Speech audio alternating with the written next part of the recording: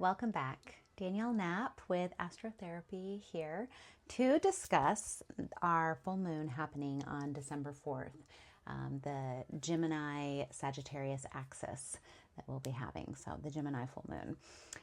And before we begin, don't forget to like, subscribe, share. It really helps this little baby channel out to get more exposure and to reach people who might find it helpful. So as always, I am a psychological astrologer, so I am looking at the archetypal energies of the planets and what is happening collectively as a whole, but also how we bring that into the individual internal landscape in order to increase our self-awareness, to live more authentic, self-led lives. Okay, so let's get into it. Okay, December 4th, 2025, we have our Gemini full moon. So anytime we have a full moon, we have the moon 180 degrees across from the sun being fully illuminated in the sky. So when we think about this, when we think about sun and moon, we can think about the conscious waking mind as the sun, fully illuminating the sub and unconscious territories of self, getting deeper into the psyche, deeper into those veiled, shadowy aspects of self. There's also some talk about the sun being forward looking, future oriented, and the moon being the past and where we are coming from. And so there's also this beautiful relationship that the sun and moon have with each other when it comes to recognizing where we come from as a way of moving us forward, so to speak. And so there are a couple really striking things happening with this moon. So the first is that this is happening at 13 degrees Gemini and 13 degrees Sagittarius. We also have the nodes of fate over at 13 degrees Pisces and 13 degrees Virgo. So this is creating a grand cardinal cross on the chart. So this is a very action-oriented full moon with these mutable squares that are coming in, because all four of these zodiac signs are mutable, which means there's an adaptation, there's a transformation, there's a willingness to change or do things different. The mutable signs are the most flexible of the modes. So we have cardinal, and then we have fixed, and then the last is mutable. It's the end of the season, getting ready to go into the next season on the Western tropical astrology calendar. Okay, so when we think about this, what does this mean? So the nodes of fate, we have the south node in Virgo, which is the, on the chart, it's the upside down horseshoe. And this is the comfort zone. This is what's familiar. This is the way we've always done things. Then we have the north node over in Pisces, which is where we are stretching. It might not be as comfy as the south node. It's like, oh, I know how to do this. Like I can just slide into that. This is where we're doing something different. We're stretching ourselves in service of our lives and where we are headed. And then these squares that are happening, this big red cross is happening with the sun and the moon across from each other. And there's something so striking about like making decisions around this time and doing things maybe differently than you have in the past, like moving out of autopilot, like making conscious decisions about like, what do I actually want to do with this? How am I arriving to this choice point different than I was a year ago, 2 years ago, 10 years ago, and looking at kind of who we are in the present moment and all of the learning and growth you've been doing, because it has been a year, right? I mean, I've yet to meet anybody that's been like, oh, 2025 was, just a breeze. Like pretty much everyone I've bumped into is really working on a lot of them intense things, a lot of really transformational experiences, a lot of releasing and shedding. It's the year of the snake. There's like a lot of grief that's been coming up with different experiences that have landed in our lap over this last year. And so, there's this, like when we arrive at that moment with enough consciousness and wherewithal to go, what do I want to do in this moment? What actually feels in alignment for me? How do I move from my heart space versus, again, autopilot? Mercury's involved. We're going to talk about Mercury in a minute, but he has to do with a lot of our autopilot ways of being. And so there's something, around this like full vision and visibility into ourselves because we have the full moon, which is always going to illuminate more, to go, you know what? I actually think I don't want to do that thing that I always do, or I don't want to exist in this relationship the way I always have just because that's familiar and comfortable, because it actually doesn't feel in true alignment with who I am in the present moment. And I need to make some changes and see if the relationship can shift with me and make those changes. Because again, the mutable signs are going to be like, yeah, let's try something different. Let's change it up and see how it goes, to shift and to try to get more into that space where we can see our values and they are a beacon out in front of us and we are moving towards them with integrity. And so the other thing about this moon that I think is striking has to do with Mercury and, like a broken record, the continued grand water trine that is just churning us, right? We are just moving through. And Mercury is at 22 degrees Scorpio. So we know we've got Jupiter over retrograde in the late degrees of Cancer, and then we have Saturn now direct over in the late degrees of Pisces. And then we've had the personal planets, Mercury with his retrograde, which now he's direct, coming back over this 22 degrees of Scorpio, which is interesting because when he was last there during his backwards motion, he was conjunct Venus at 22 degrees, the heart space. So Mercury's on a journey this December. He's the one whose story stands out the most prominently to me when I look at the aspects and what's happening over this next month. And Mercury, again, he's the mind, how we are thinking about things. It's like the mentalizing and the processing that we do in the cerebral space. And, with him coming into that same degree point that he was conjoined with Venus in before, in the grand water trine, to me says a lot about how we are thinking about things. What is changing about the ways that we are mentalizing and conceptualizing the different perspectives that we can hold. And our choices within that. When we have flash in the pan emotions, it doesn't always feel like there was an empowered choice that I chose to feel rage in that moment. It just came, right? And then I'm burning hot and I need to do something with that. But what we do with that, that's where the choice actually exists. And in that moment of being able to have consciousness between the reaction and the response is where our power really shows up. And it's a practice, and it doesn't always work. Sometimes we're just taken on a wild ride by the emotions that pop up.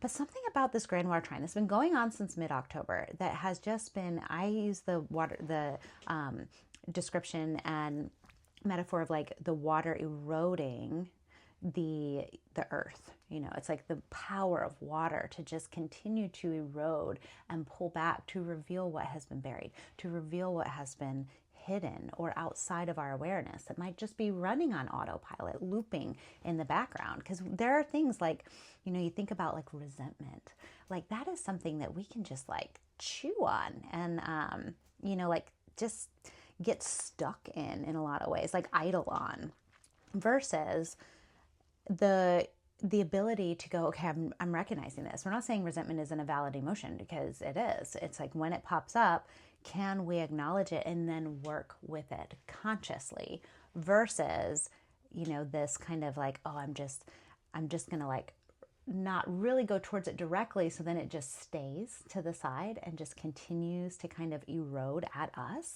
and really can create some just dis-ease in the body and in the heart and in the mind. And one of the things, if we're thinking about, I think about resentment coming up with Scorpio mansion, and stagnation being a shadow side of the Scorpio mansion, and getting kind of stag and sit and things fester, and just how,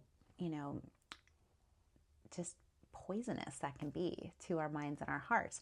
And the antidote to resentment is often appreciation and gratitude. And this is not in a bypassy way. This is not to say, oh, I'm not even going to deal with my emotions, so I'm going to move into like a toxic positivity mode where I'm just, everything is sunshine and butterflies. I think that lands you in some hot water later on. It might work for a moment to lift you out, but it's going to be waiting for you. It's more of this really grounded, embodied experience of appreciation and ability to move perspectives, right? To, when in doubt, zoom out. You know, like, can we get out and like recognize, you know, our own smallness in this vast magical world and life that we're living?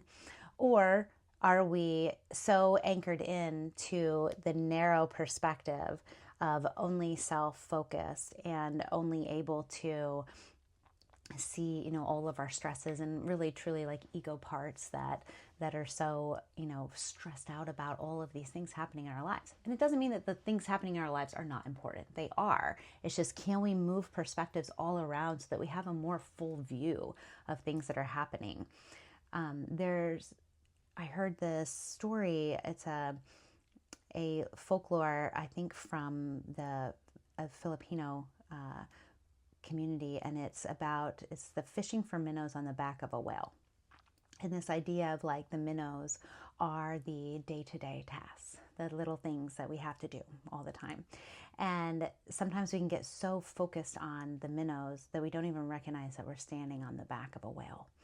And also, if we are only standing on the back of the whale and we're only holding that perspective, we're not able to take care of the day-to-day. It's this balance of both, of being able to see the kind of cosmic place that we have in this greater picture and story that's unfolding collectively, globally, in our communities, you know, and if it resonates from that kind of soul perspective, you know, multiple lives and multiple masters, versus, and in addition to, like, I have to get the laundry done, and I have to, you know, manage this rupture that happened in a relationship. I've got to take care of these tasks at work. I have to do, you know, the admin of being alive and being in a body and fulfilling many roles to different people in our lives.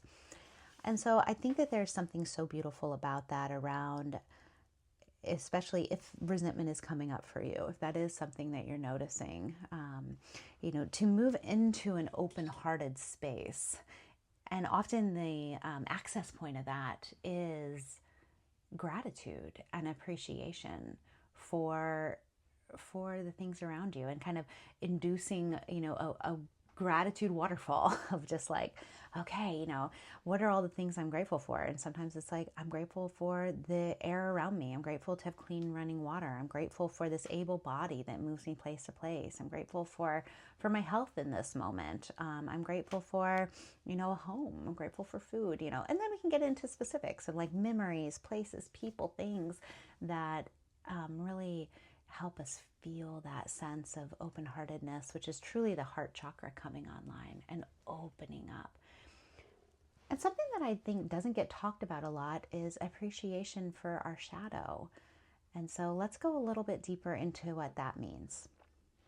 Often our unconscious or our shadow gets kind of a bad rap of like, ooh, what's in the dark? The things that go, you know, bump in the dark, and oh, they're kind of spooky, and there's kind of a jump scare effect to that. But also there's treasure in the unconscious. And the unconscious is always reaching up for us to bring more forward into our waking mind. And it is the never-ending journey, as we talk about. We will never get to the bottom of this. But how interesting it could be to feel appreciation, conscious appreciation for our shadow and the way that it is teaching us through contrast at times. Sometimes it's teaching us through dreams, through triggers. And the more comfortable we become with pulling that forward as an aspect of our lives and something that's informing our lives and how we move through this world and our relationships, the more access we have to the treasures that are within the shadow as well. Because it's not all jump scare, trauma, wounded child parts. Do they hide out in there? Absolutely. Everything we don't want to see about ourselves does tend to fall into the shadow bucket. But there's also a loss that comes with that. Anytime we have to split off a section of ourselves and it gets stored in the shadow territory, there is a loss that comes in that too. And so that idea of like the integration and the pulling back in and the awe and wonder and reverence we can have for ourselves and what is in the shadow, I think is a beautiful reframe that could provide a lot of opportunity to integrate more of these aspects of self that are just waiting for us. They'll patiently wait for us. Sometimes impatiently wait for us. They'll be a little intrusive at times. But I think that that's an aspect of the unconscious that just doesn't get talked about that much. That it's not like all bad. Like there's so much there for us. We think about a wounded child part that gets banished to the shadow because they're too vulnerable for this world, or they've been harmed, or they've been traumatized in some way. But with that child part comes that easy access to awe and wonder, that not only do we lose the part that hurts. We say, okay, I'm going to split from that. I'm going to bury that. But with that goes the ability to slide into awe and wonder with ease, and which is so soul nourishing and heart opening, and to live open-heartedly as a way of being available to be in our true soul selves. And this is just a question to pose to yourself. Like, what treasures lie in my unconscious? What treasures are in the shadow spaces within my psyche and my heart? And I think that this Gemini full moon can grant you some access to that, because we have that endlessly curious moon and sun. We know the Gemini Sagittarius axis is all about learning. And so let's talk about that for a second. When we talk about the 180s across from each other, the zodiac signs, there's always a relationship between these signs. They call them sister signs often because they both have a similar goal in mind, but they go about doing it in very opposite ways. So my favorite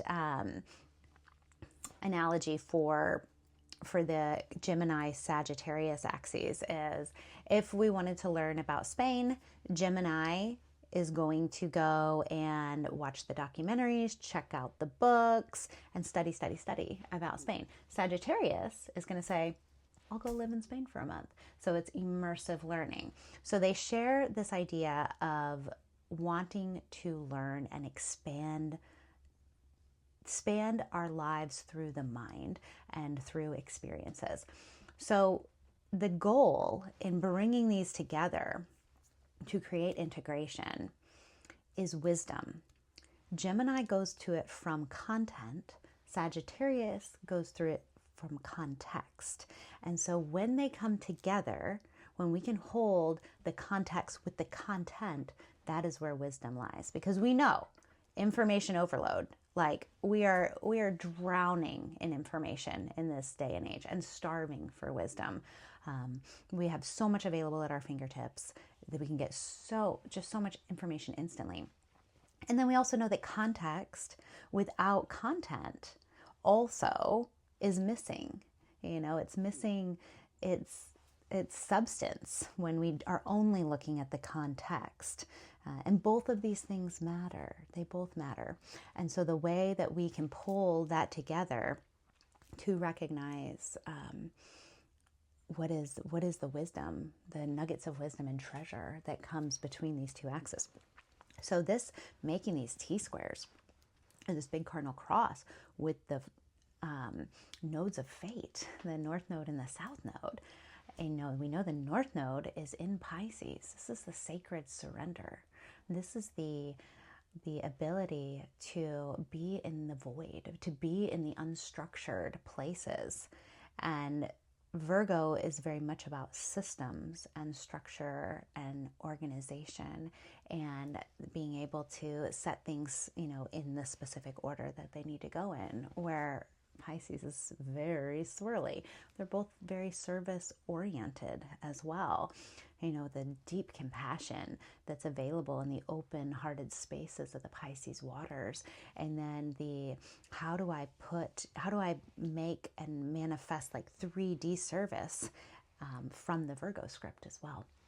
And so these places of, the shadow side of Virgo, whether that is the type A kind of anxious, angsty, controlling places of like, where do I release control so that I can lean more into trust? Because these nodes are all about trust.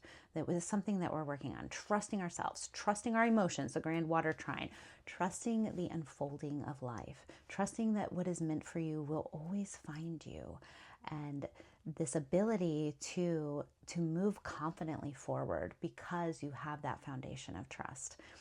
And so I believe that this moon is so available for all of this. So I hope that this is helpful for you. This was just a quick little blip. I wanted to get on and share some information about this stunning moon and Mercury. Oh, let me tell you the date that Mercury and Venus were conjunct at that 22 degrees, so that you can maybe look back in your day book and see what was going on, that now Mercury is here in the other direction, going forward again on his own, because Venus has sailed into Sagittarius. So let's see. They were together. All right, here we go.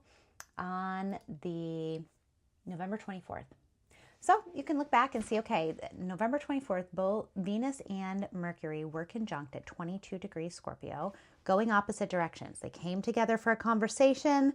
She kept going forward, he kept going backwards, and then he turned around, and now he's back. She's far ahead. He'll catch her later. But he's at 22 degrees again of Scorpio. And so allowing yourself to be open and curious, which there's an abundance of that available right now, and to watch out for rigidity. That's something with Sagittarius ruled by Jupiter, the biggest planet. And then we have Gemini ruled by Mercury, the littlest planet. So we have like the big picture available in Sagittarius. It's so energizing. It's truth seeking. It's like, ooh, how can I expand the mind and learn more? Shadow side of it is righteousness. Like, I know all this and you don't, and I know better. Obviously the more we learn, the more we realize we don't know. And then Mercury over here with the details, for ruling both the South Node, but also the moon over in Gemini.